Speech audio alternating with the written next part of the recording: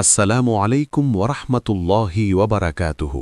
প্রিয় ভাই ও বোনেরা, আল্লাহর রহমতে আজ আমরা এমন একটি সময় দাঁড়িয়ে আছি যে সময়টা শুধু একটি নির্বাচন নয়, এটা আমাদের ভবিষ্যৎ, আমাদের সন্তানদের ভবিষ্যৎ এবং সবচেয়ে বড় কথা আমাদের আখেরাতের সাথে জড়িত। দেশে চলছে নির্বাচন, সব দলই বলে আমরাই দেশের জন্য কাজ করব, আমরাই উন্নয়ন করব। কিন্তু প্রশ্ন হল, সব ভালোর মধ্যে সেরা ভালো কে? আর একজন মুসলমান হিসেবে আমরা কাকে ভোট দেব, কেন দেব? আজ এই বিষয়টাই কোরআন ও সুন্নাহর আলোকে খুব সহজ করে আলোচনা করব ইনশাআল্লাহ। নেতৃত্ব আল্লাহর আমানত।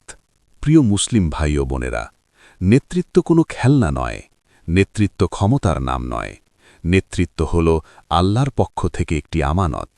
আল্লাহ তাআলা বলেন, নিশ্চয়ই আল্লাহ তোমাদেরকে আদেশ দেন আমানত তার হকদারদের কাছে পৌঁছে দিতে।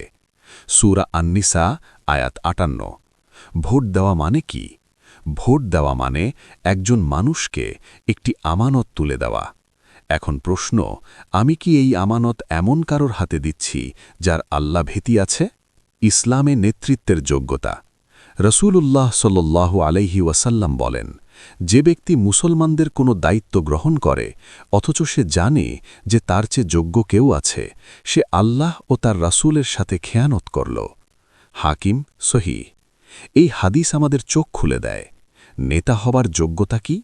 আল্লাহ ভীতি আছে, মিথ্যা ও দুর্নীতিকে ভয় পায়, জুলুম করার আগে কাঁপে, পরকালের জবাবদিহিতার ভয় রাখে। আল্লাহ তাআলা বলেন, নিশ্চয়ই আল্লাহর কাছে সবচেয়ে সম্মানিত সেই যে সবচেয়ে বেশি তাকওয়াওয়ান। সূরা আল হুজরাত আয়াত ১৩। তাই মুসলমান হিসেবে আমাদের প্রশ্ন হওয়া উচিত, কে সবচেয়ে তাকওয়াওয়ান, কে আল্লাহকে ভয় করে? রাজনীতি কি ইসলাম থেকে আলাদা?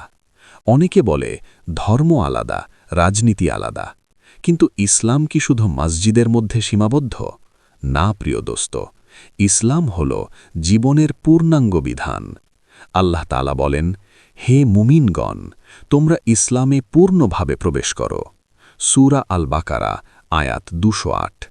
রাসূল শুধু নামাজ পড়াননি, তিনি রাষ্ট্র পরিচালনা করেছেন, বিচার করেছেন, অর্থনীতি পরিচালনা করেছেন। সুতরাং রাজনীতি যদি ইসলামের বাইরে চলে যায়, তাহলে সেখানে আসে দুর্নীতি, আসে জুলুম, আসে মানুষের হক নষ্ট হওয়া। শিক্ষা, চিকিৎসা ও জনগণের হক। প্রিয় ভাই ও বোনেরা, একজন ইসলামী নেতৃত্ব কেমন হয়? শিক্ষা হবে নৈতিকতা ভিত্তিক, চিকিৎসা হবে মানবিক, গরিবের হক কেড়ে নেওয়া হবে না, এতিমের চোখের পানি ফেলানো হবে না। রাসূলুল্লাহ সাল্লাল্লাহু আলাইহি ওয়াসাল্লাম বলেন, তোমাদের প্রত্যেকেই দায়িত্বশীল এবং প্রত্যেকেই তার দায়িত্ব সম্পর্কে জিজ্ঞেস করা হবে। বুখারী, মুসলিম। একজন নেতা জানে তার কলমের এক সই লক্ষ মানুষের জীবন বদলে দিতে পারে। এই ভয়টাই যদি না থাকে, তাহলে সে নেতা কিভাবে ন্যায় বিচার করবে? কাকে ভোট দেব? আমরা কাউকে নাম ধরে বলছি না, কিন্তু নীতিটা পরিষ্কার। যাদের ইসলামের ভয় আছে, যাদের চোখে পরকালের ভয়, যারা দুর্নীতিকে ভয় পায়, যারা আল্লাহর সামনে মাথা নত করে।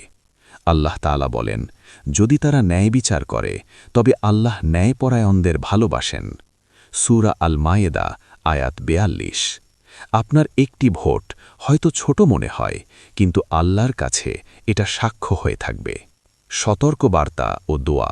প্রিয় দোস্ত, ভুল সিদ্ধান্তের খেসারত শুধু দুনিয়াতে নয়, আখেরাতেও দিতে হতে পারে। রাসূলুল্লাহ সাল্লাল্লাহু আলাইহি ওয়াসাল্লাম বলেন, যখন অযোগ্যদের হাতে দায়িত্ব দেওয়া হবে, তখন কিয়ামতের অপেক্ষা করো। বুখারী। আসুন আমরা দোয়া করি, হে আল্লাহ, আমাদের এমন নেতৃত্ব দান করুন যারা আপনাকে ভয় করে, যারা ন্যায় বিচার করে, যাদের মাধ্যমে দেশ ও জাতি নিরাপদ থাকে। আমাদের ভুল সিদ্ধান্ত থেকে হেফাজত করুন। আমিন। শেষ কথা, প্রিয় ভাই ও বোনেরা, ভিডিওটি যদি আপনার হৃদয়ে কথা বলে, তাহলে অবশ্যই একটি লাইক দিন, চ্যানেলটি ফলো করুন এবং একজন মানুষকেও শেয়ার করে দিন। হয়তো আপনার শেয়ার করা ভিডিওটি কারো সিদ্ধান্ত বদলে দিতে পারে। ইনশাআল্লাহ আবার দেখা হবে আরেকটি গুরুত্বপূর্ণ বিষয়ে। ওয়াসাল্লাল্লাহু আলা নবিয়িনা মুহাম্মদ ওয়াসালামুন আলাইকুম ওয়া রাহমাতুল্লাহ।